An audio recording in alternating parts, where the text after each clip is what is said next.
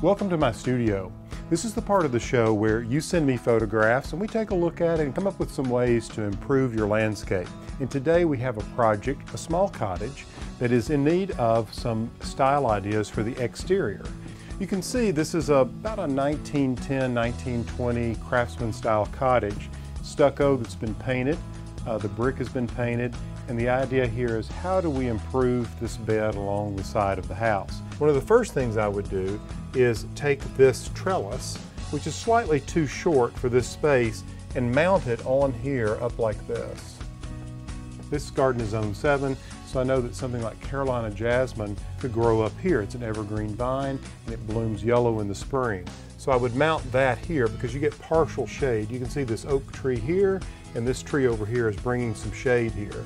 So on this trellis we would plant a vine that would bloom here, but it needs to be mounted on the back side of this fireplace. Next, what I would do is look for the opportunities for some evergreen, some flowering plants, and also remember that some things are going to be deciduous. For instance, here, I think this would be a great place for hydrangeas.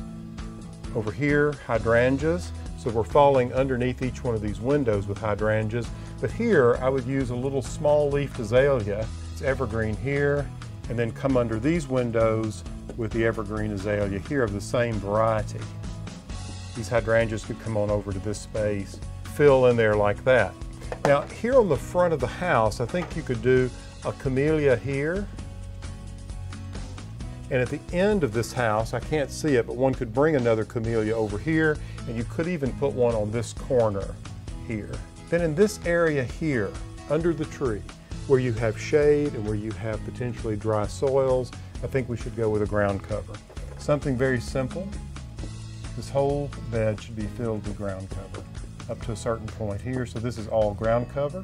Very low, it could be English ivy, it could be vinca minor, it could be winter creeper. And here I would just add some hosta under here.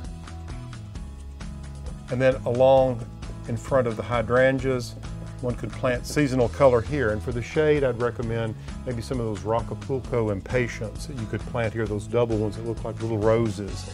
That would be perfect here. So you have the perennial hostas here. And then in this space, you could add either ground cover, in this space, ground cover of a different type for contrast, or this could be ground cover as well. But what you have in place here is a structure. You have evergreens, evergreens, evergreens down here.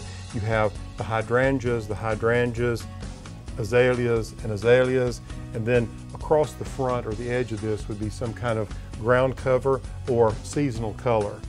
For this particular one in the shade, one might go with a juga or carpet bugle. It has a beautiful little purple flower on it, and the same down here. It's very low and easy to take care of.